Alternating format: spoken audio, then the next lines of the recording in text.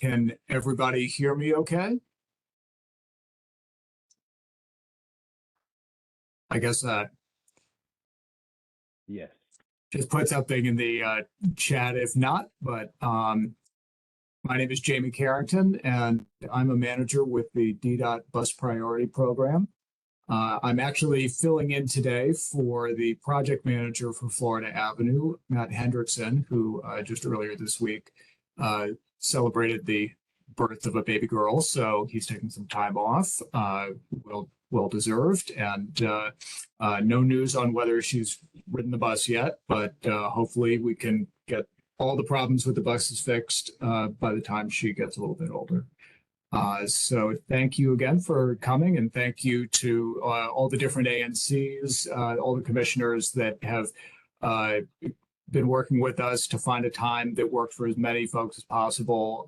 Thanks to everybody who's come out on the walks of the corridor, people have already given us a lot of great feedback. So without further ado, I will go ahead and start my presentation.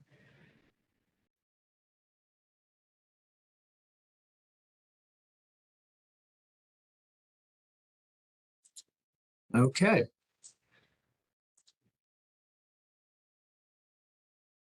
So just a quick overview of what we'll be covering today. So I'll do a quick overview of the WebEx in case folks aren't as familiar with this as other platforms. Give a presentation talking about the bus priority program and plan and how the Florida Avenue project fits into that.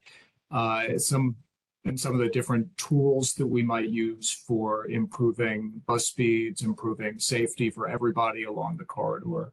And then we'll open it up for some discussion and Q&A, and wanted to also, before we leave, we'll have a little survey to get a little bit more information on who's attending and whether the meeting is working for you, just to make sure that we're serving everybody in the community properly.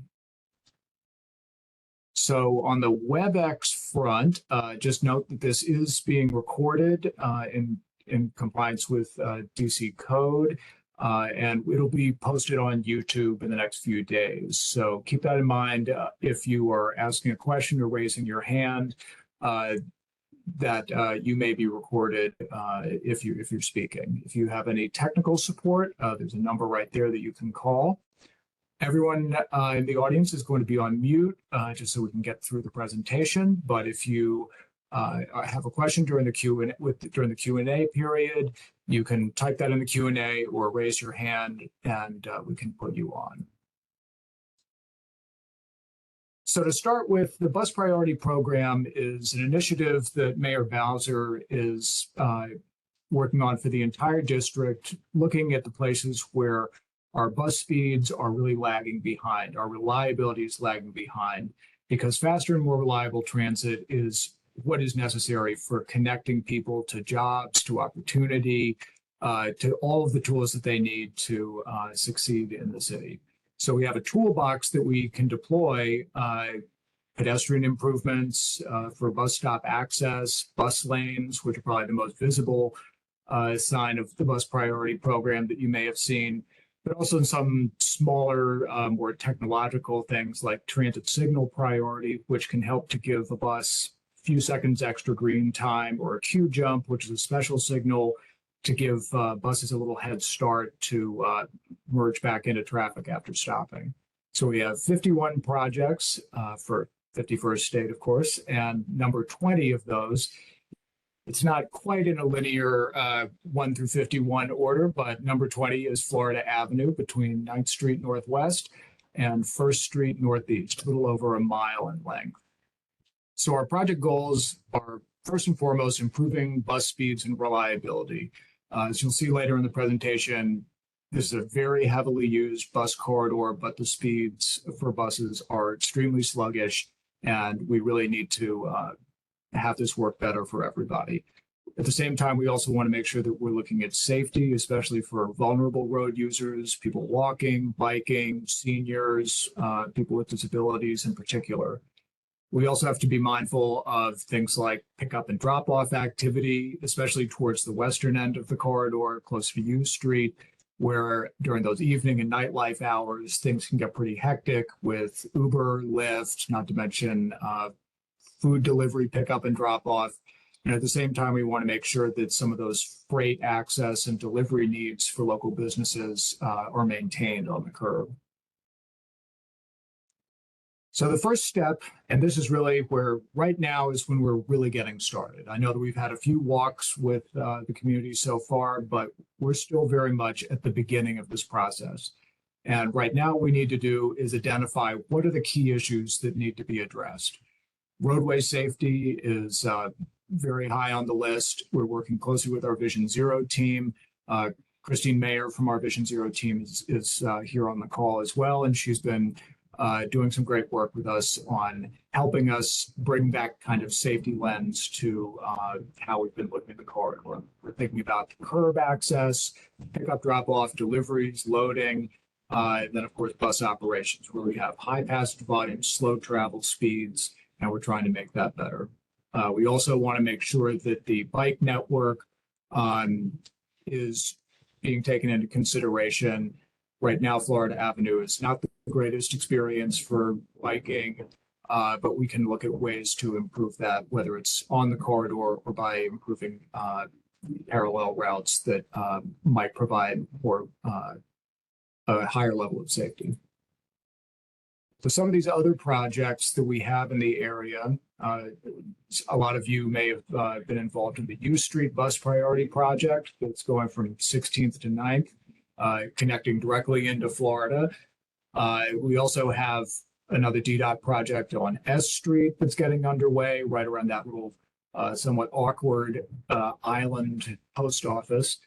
We also have the DC water construction, which I know many folks out there are quite familiar with and are ready for it to be wrapping up. We also have the New York Avenue, Florida Avenue intersection, better known as Dave Thomas Circle. The DDOT is going to be working to reconfigure for a safer and smoother travel experience for everyone. And then finally, going a little bit further down our bus priority plan is getting into the northeast section of Florida Avenue once you go from Dave Thomas Circle under the tracks, and that will be coming in the future. And another thing I wanted to mention is that, as many of you know, WMATA is working on their bus network redesign. And that's something that is taking a comprehensive look at the entire region's bus network and looking for ways that it can better serve what people need it for. And they do have their proposed visionary bus network proposal right now, and you can find that on their website.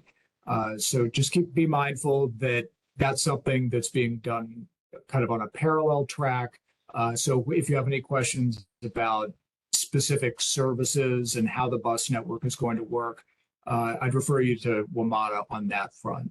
But fortunately, from what we've seen so far, the proposals are talking about for Florida Avenue and U Street, basically the same level of service, if not more. So that's something that we want to support with the bus priority program as best we can.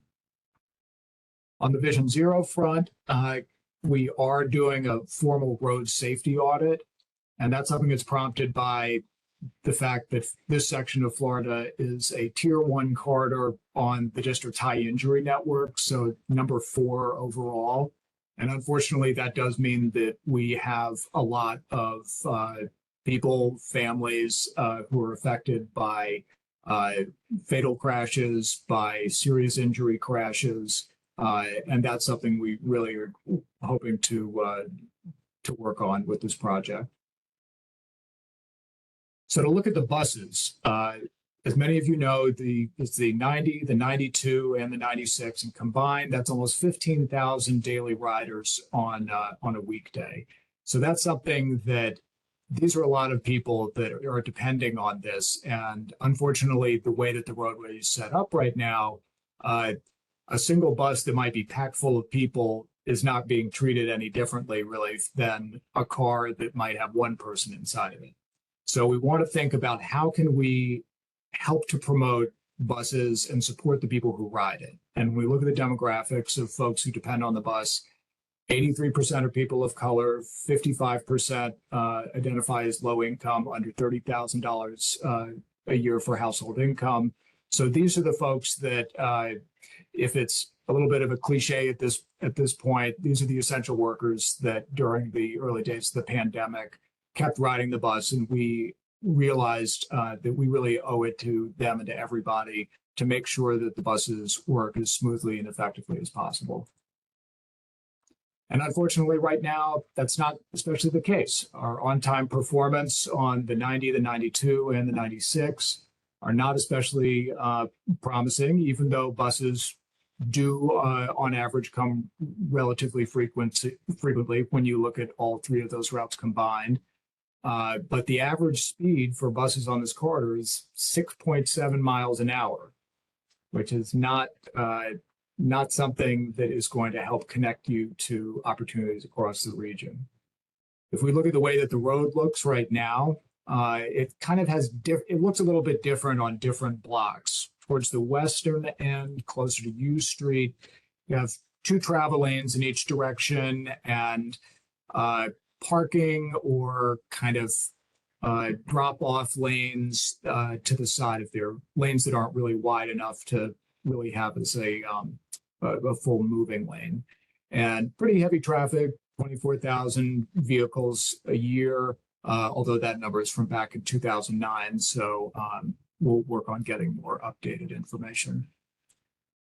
But for the majority of the corridor, it is much narrower, only 45 feet, give or take, from curb to curb, 2 lanes in either direction, no parking, and sometimes you can, sometimes it's no parking, which means that you can't go and do pickup, drop off, and standing, unloading, that sort of thing.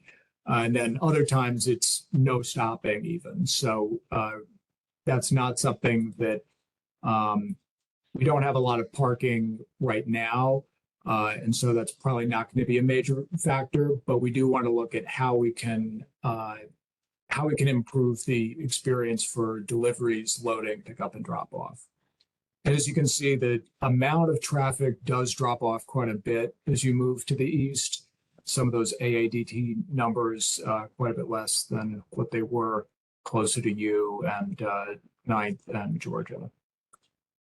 And then once you get to the far east end of the corridor, it gets a little bit wider again once you approach North Capitol, more like 5 lanes. Looking at the buses, as most of you are familiar, you have the 90 and 92 that go all the way from U Street, extending east before eventually splitting up farther east. And then the 96 cuts down on New Jersey. If you look at ridership, it varies widely. Some of those little dots that you see here represent the total of the number of people getting on and off the bus at a particular stop. Pretty clearly over at 7th Street, Georgia Avenue, that's where the heaviest volumes are. Where on an average weekday, you've got, at that, with those 2 stops combined, you've got over 1,600 people getting on and off the bus at that intersection. So we really want to make sure that we can keep those buses moving for all the folks there. The weekday bus speeds, as I mentioned, the corridor average is only 6.7 miles an hour, but it does vary depending on where you are in the corridor. Further west, a lot more congestion closer to U Street and around the intersection of New Jersey, S Street. It starts to pick up a little bit, and unfortunately, it may be good for buses in terms of moving faster, but unfortunately, when it gets when it opens up a little bit, that does start to run into some more reckless driving behavior that can lead to some of those safety issues we've talked about. And if this is the average for any weekday, this slide shows this is the worst time period at PM peak. And if you can make out the difference between the bright red, which is where buses are only going 4 to 7 miles an hour, that's really taking up a large chunk of the corridor. But then also you've got these little bits where it even gets down below 4 miles an hour. And I mean, that's just unacceptable. And we really want to find a way to get those buses moving out of that. So we have a whole toolbox available to us. And even though bus lanes are something that are under consideration, they're not the only thing. And so if you look at some of these tools here, other than the bus lanes, we have transit signal priority, which I mentioned, and which is actually a couple of intersections on Florida already have transit signal priority equipped. I believe it's by New Jersey and maybe on 5th. The signals can sense if the bus is coming, and if the light was about to turn red, it can hold the green for just a few seconds so that the bus can get through. And we can possibly look at ways that we might be able to increase that.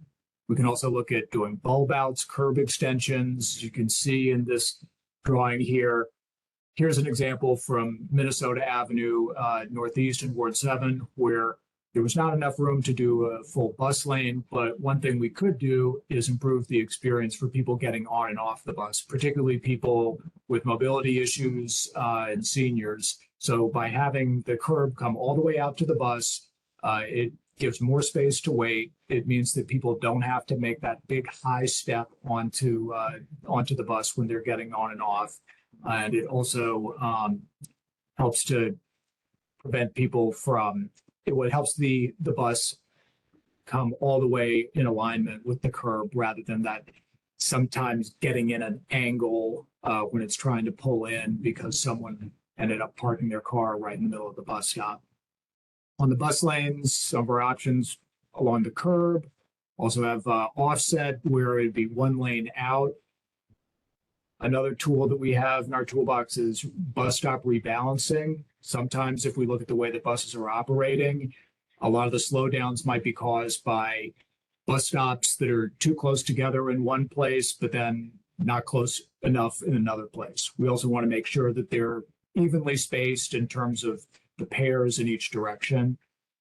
Curbside management is just a fancy word for how we think about our parking regulations. And that's something that's going to come into play a lot, particularly in the western end of the corridor, where it's some of that nightlife traffic, all the pickup, drop off, deliveries.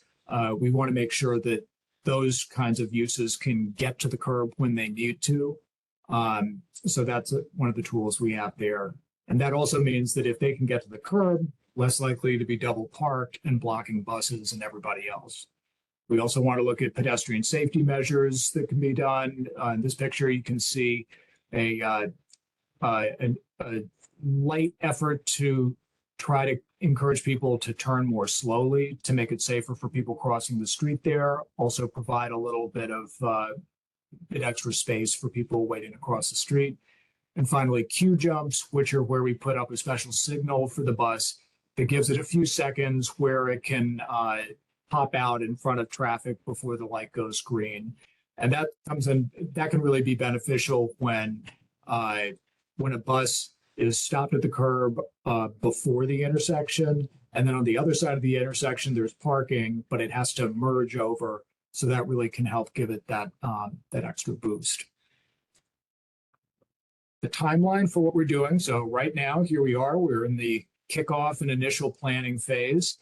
In the next 6 months, we'll be moving through concept development, and we'll be working closely with everyone in the community, all the ANCs, to come up with something that hopefully can address as many of these issues as possible.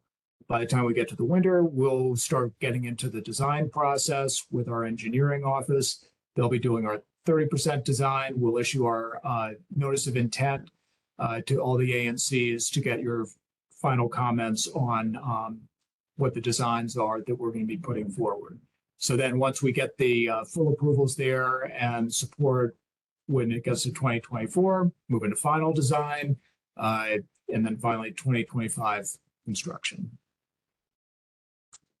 So if you have any feedback whatsoever, right here you can see the feedback form, the email buspriority@dc.gov, and the project webpage.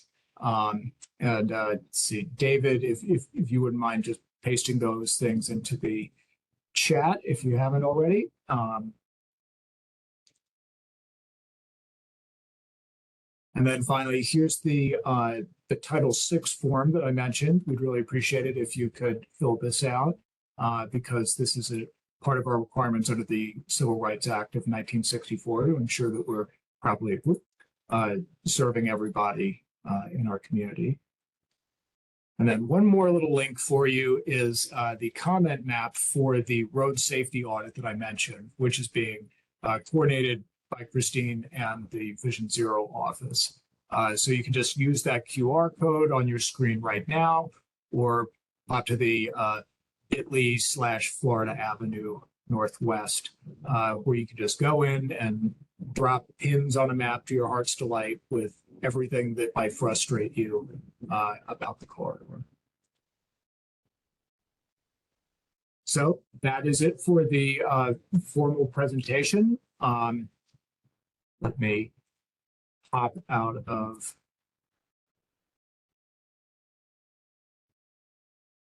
this and see if there are any questions that that have come up.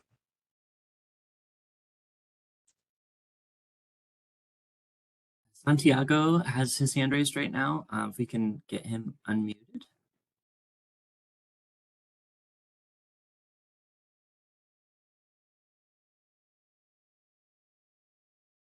Great. Santiago, you're on. Thank you. First, congratulations to Matthew. I know he's not here on the birth of his child. Thank you for this presentation. I kind of want to just start. I'm an ANC commissioner in 1B. I also chair a transportation committee. I feel like this presentation was really illuminating, especially that bus speed slide during PM peak. And I think it's sort of just screaming and asking for 24/7 bus lanes. I mean, there's no parking. A lot of it's no stop stand anytime. The 90 buses are I ride the 90 buses, and they are very busy. And this is an area that isn't served by a direct metro connection. So whereas like if you were on 7th Street, Georgia, 16th Street, 14th Street, there is some sort of metro replication, but this one really doesn't have the same.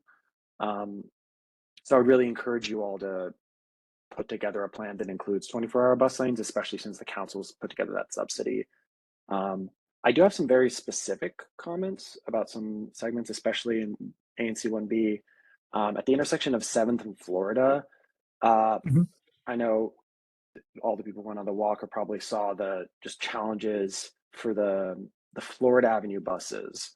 A lot of times there's like blockages, and also on the south side of Florida Avenue in the 700 block, it's actually no parking anytime, but it's always full of cars, including the bus stop. I feel like that's a really good place to have maybe a larger bulb out to kind of enable people to, to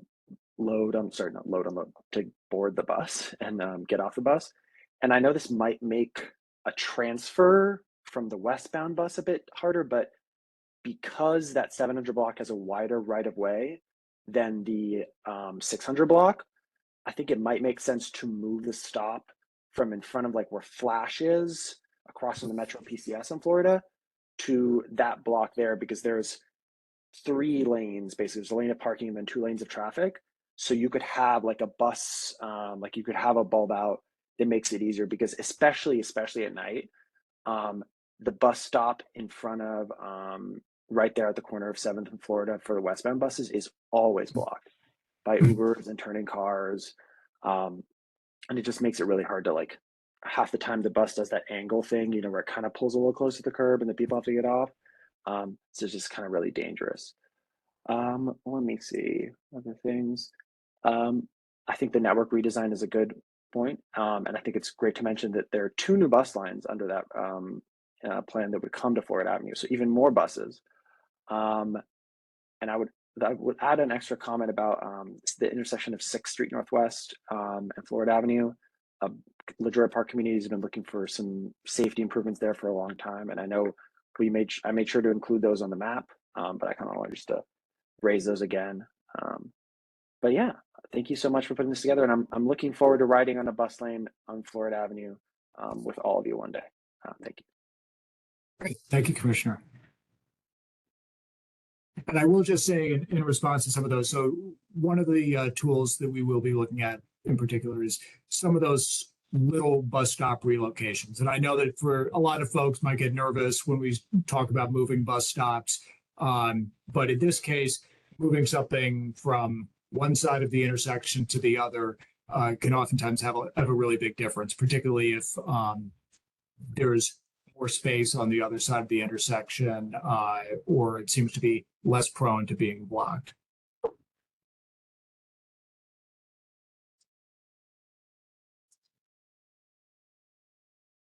Great. I see Joe Bishop Henchman.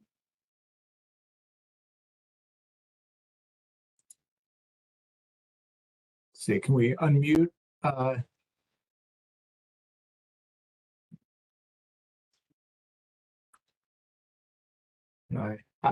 Okay. Can you hear me now? Yes, thank you.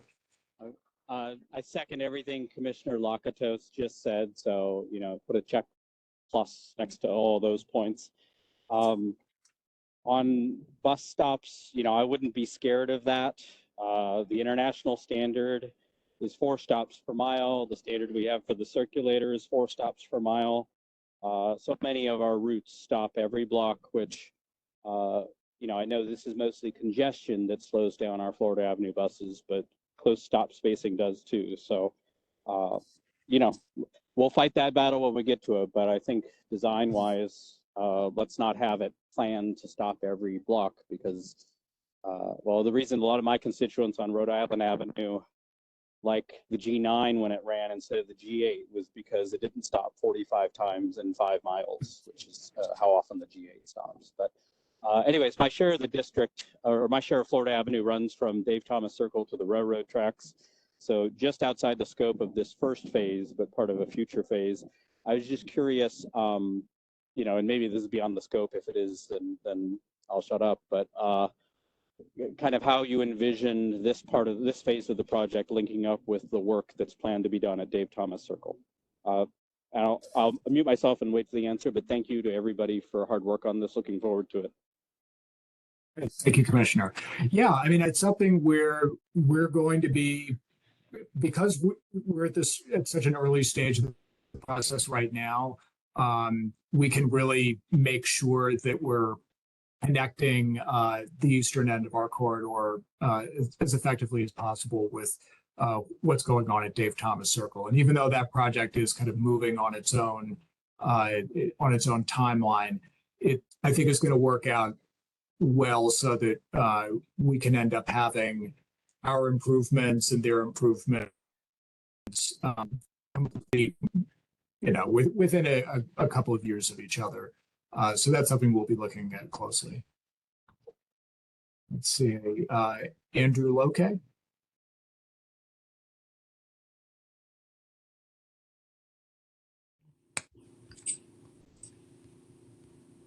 Am I unmuted now? Yes, we can hear you. Okay, great, wonderful, thank you. Good evening. Thank you for this really illuminating presentation. I'm a local resident in the U Street area, so I take the 90 series buses often. The congestion is such a terrible problem. 2 weeks ago, it took me about 2 hours round trip to go from where I live to Union Market. So passing through this segment we're talking about today, because the congestion was just so bad, and I ended up having to get off the bus and walk and take the red line instead because the bus was so bad. So really second everything that's been said about the dedicated bus lanes. I think that would be a big improvement. I've also noticed the signal priority on 16th Street for the S2 and the S9, I think is very helpful. So would like to see that in this corridor as well as some of the other improvements. Thank you. Thank you very much. Elliot?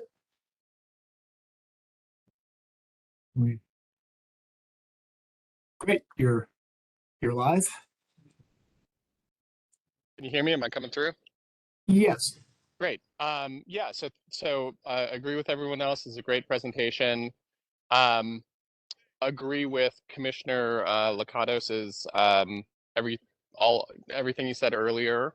I should say I'm the president of the Ledroit Park Civic Association, so I'm in the Ledroit Park neighborhood. And so appreciate the shout out earlier for the 6th and Florida intersection issues with the pedestrian crossing that we have there.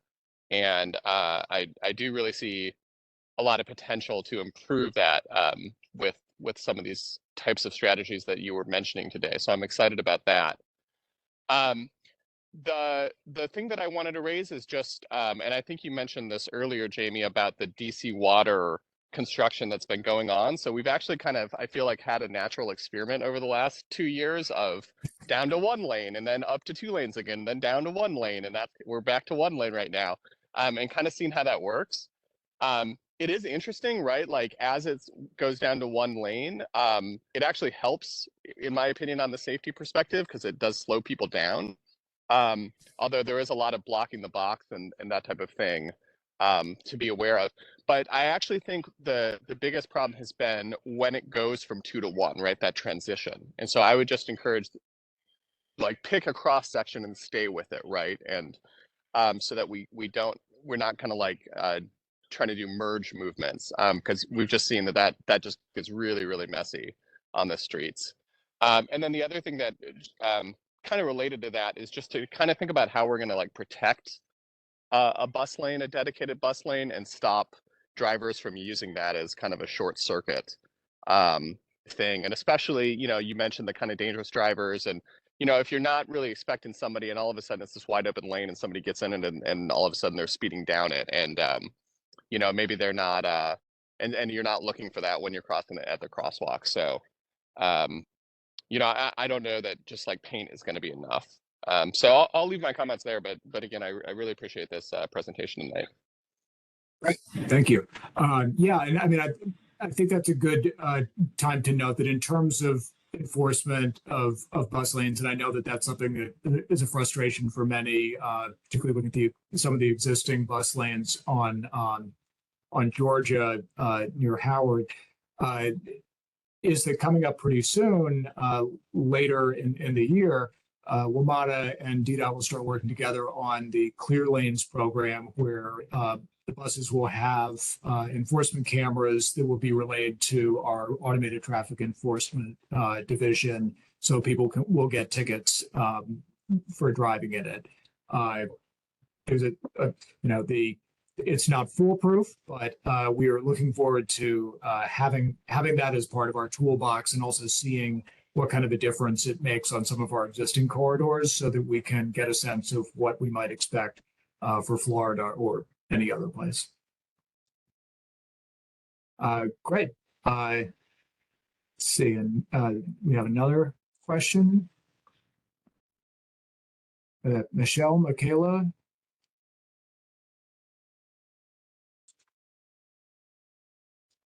Can we unmute the next question, please?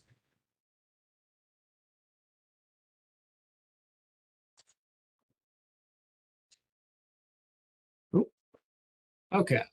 Okay, great. My name is Michelle Keegan. I am one of the vice presidents of the Eckington Civic Association.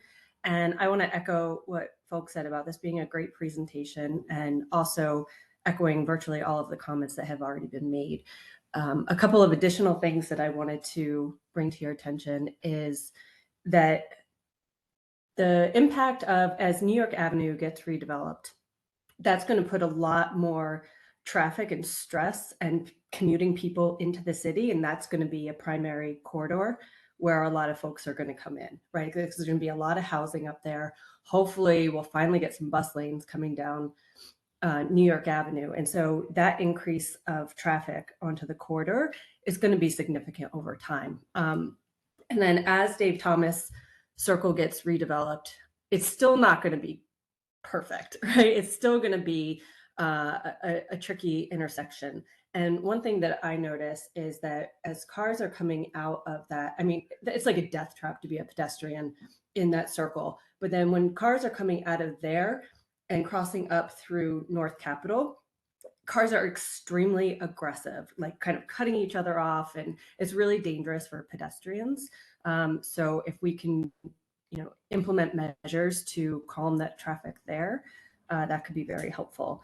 And then the other thing that I wanted to mention in favor of dedicated bus lanes is that, I've spoken to a neighbor who said he had to take his kids out of the preferred school because the buses were too slow and he just couldn't get his kids there in time without, over an hour commute each way. So it's really significant for people in our community.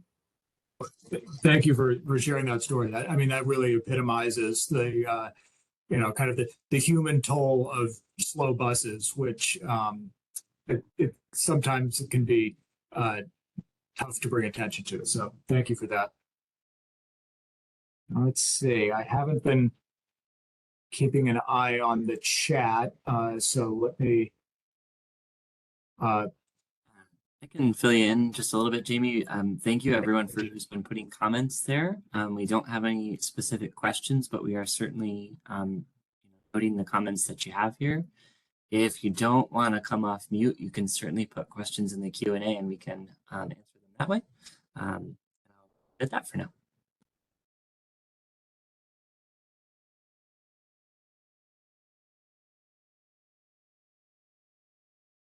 I am not seeing any more questions from those in attendance in terms of hands. Oh wait, Santiago. Sorry, I should have said something. I had a couple of specific things that I remembered, and I don't want to take up too much time, so I understand. So at the intersection of Rhode Island and Florida, there's the S Street. I know you cross over like the S Street revitalization project.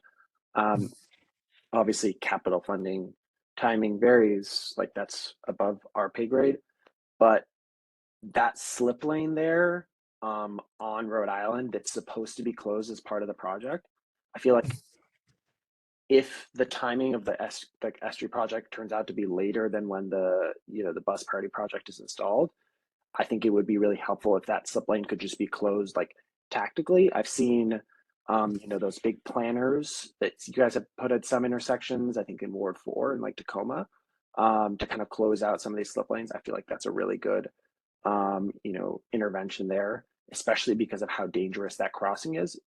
You can't cross Rhode Island Avenue unless you're like sprinting, and I'm pretty I can run pretty fast, and I'm in my 20s compared to I think someone who might be mobility challenged. And then I think the last, and I would echo the comment about closing the slip lane at Florida North Capitol. But I was kind of curious, when you get that part between North Capitol Street and then First Street, it gets wider again. And I feel like that's a good place. And there's also a fair amount of housing that's being built there. I feel like that's a good place to maybe add in a wider sidewalk in some aspects. Also, potentially a continuation of protected bike lanes that come off of Florida Avenue Northeast through the Dave Thomas Circle. I don't know how much that's being considered because I know there's more right of way there than there is when you get past North Capitol. But those are my additional very specific comments. So thank you.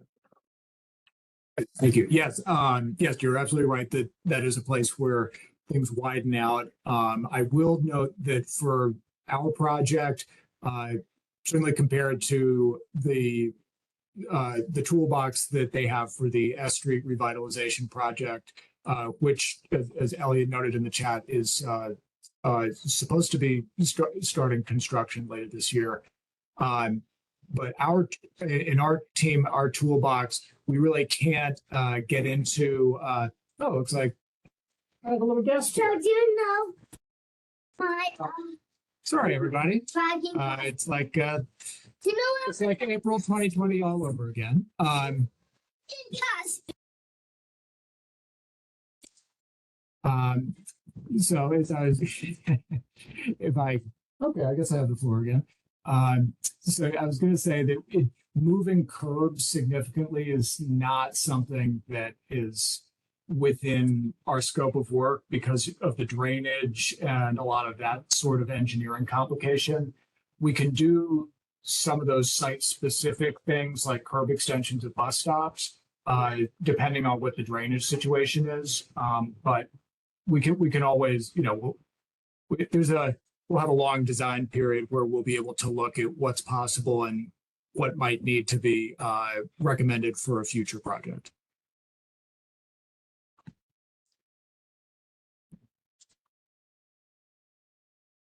All right. Let's see. Do we have any other questions now? Okay. Great. Well, if there are no final points. Oh, Garrett H, I see your hand up. You take him off mute.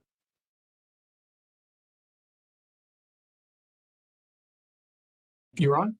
We're slowly crawling down 8th Street. I just wanted to quickly speak up and endorse the notion that full-time bus-only lanes on Florida Avenue are so critical. We know that car traffic with a lane in each direction, and we also know that those buses are so packed. There is, to me, absolutely no acceptable reason why there should be anything but bus-only lanes. I think that's all I have to say. But thanks so much for all the work here. Thanks, Garrett. I hope you heard all of that. Yes. Yes. Thank you. Thank you so much.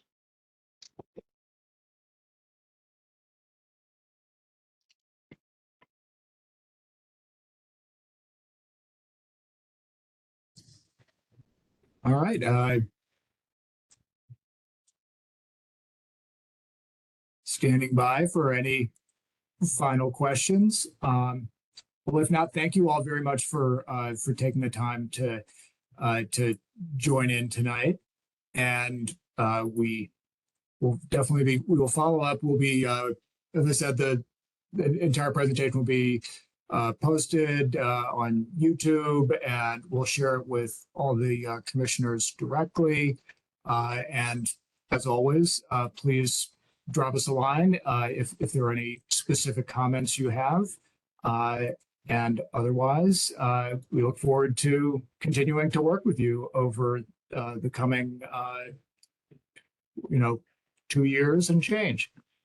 Oh, thank you, David, for dropping that in. Yes, then all your questions can be answered at buspriority.ddot.dc.gov.